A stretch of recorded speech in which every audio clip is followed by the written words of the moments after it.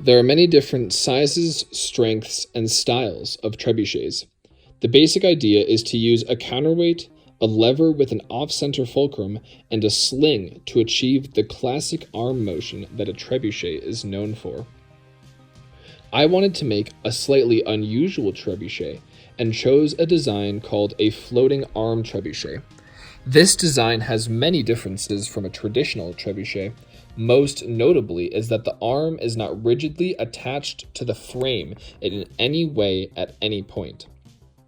Additionally, the center axle of the arm only falls vertically, allowing for all of the potential energy to be transferred into the arm. This maximizes the projectile distance, which is what we want, of course. The floating arm trebuchet also looks really cool and is known as the king of trebuchets. When setting out to design a trebuchet, I chose SolidWorks to create my model because it's the best software and it's the one I am most comfortable with. Pretty much every dimension of the trebuchet affects its performance, and when all of them work in harmony is when you have a successful launch. I spent many hours looking at different styles and designs of trebuchets online before I settled on what I wanted to do. My goal for this project was to create a tabletop trebuchet that can throw a ping pong ball.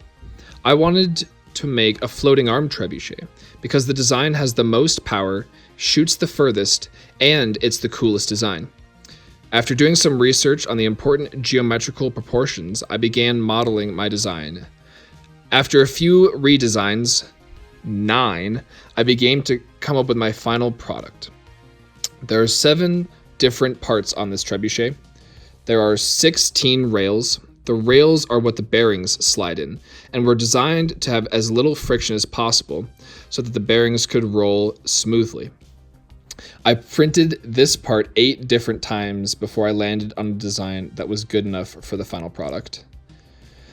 The second and most important part on this trebuchet is the frame. This was the most complex part of the trebuchet and is the most important. The frame holds the rails in position, which essentially dictates the arm's movement. The frame also has a bearing on it for the arm to roll on during its vertical falling phase. I wanted to have a trebuchet that has as much potential energy as possible. That's why the frame is so much taller than it is wide. To add more energy, I chose to use rubber bands from the base of the frame towards the top of the arm to add more energy during the falling phase. The arm is the highlight of the trebuchet and transfers the potential energy of the trebuchet into rotational energy. This rotational energy is then sent into the sling, and the sling is used to launch the ping pong ball into the air. The base of the trebuchet is used to connect the 4 main frame pieces together. The prints are incredibly close to the model that I had created, with a few print imperfections and tolerancing issues. But let's see how the trebuchet performs.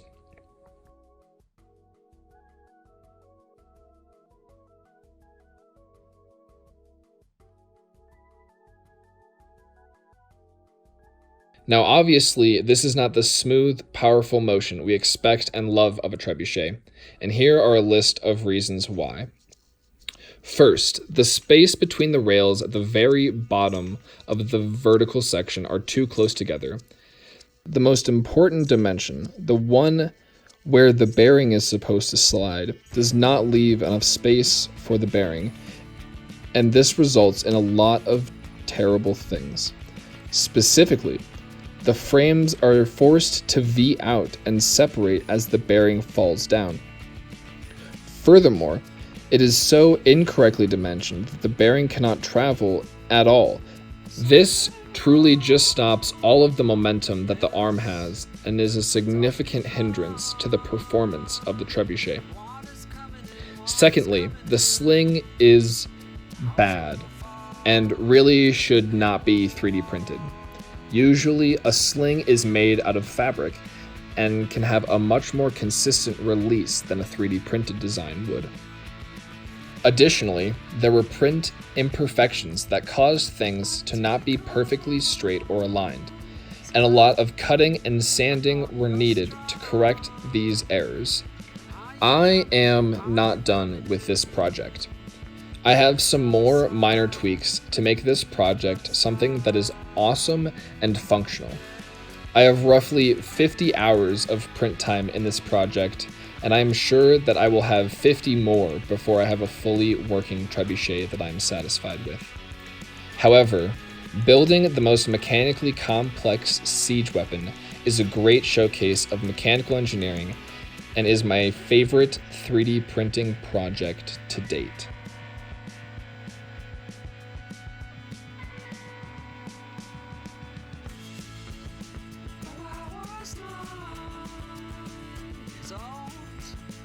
The sun was always far too cold, and the rain it wouldn't stop, and the rain